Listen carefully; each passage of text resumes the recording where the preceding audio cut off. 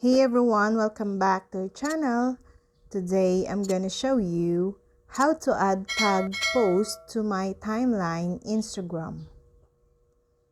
In the event you forgot to tag a friend or brand or accidentally tag the wrong person, you have the option to edit your picture once it's already been uploaded. To tag someone in a photo, after publishing the photo, follow this video. Access the photo or video in your profile. Tap the icon with 3 dots on the right below the photo. Then tap Edit. Tap the icon on the left that looks like a person and says Tag People. Tap on the photo and tag a user by searching for their username.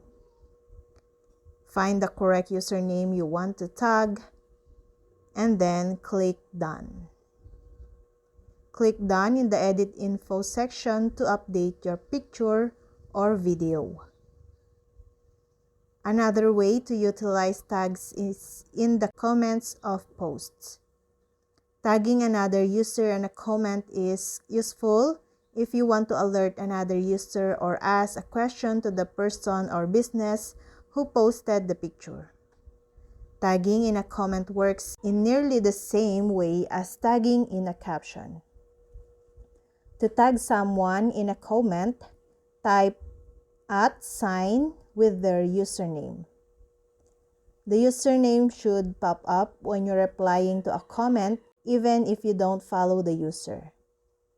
Tap the user and post the comment.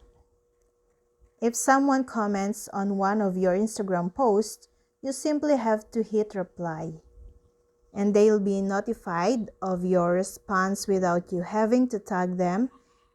It will be done for you automatically through Instagram. And that's all. I hope this video helped you guys. For more videos, subscribe to our YouTube channel. Thank you for watching. See you again.